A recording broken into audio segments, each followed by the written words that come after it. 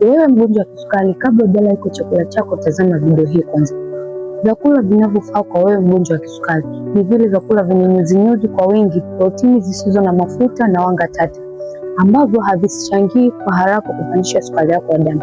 Nikizungumzia mboga za majani, na maanisha mchicha, spinach, cabbage, broccoli, kisamvu na kadhalika. Lakini pia nikizungumzia suala la matunda, na maanisha parachichi, machungwa na kadhalika.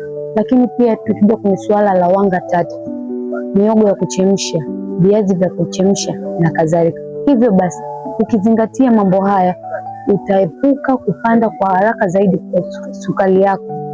Share video hii kwa watu wengi ili waweze kujifunza jinsi gani au mambo gani yanaweza kuzuia kupanda kwa haraka zaidi kwa sukari yako. Afya yako ni mtaji wako.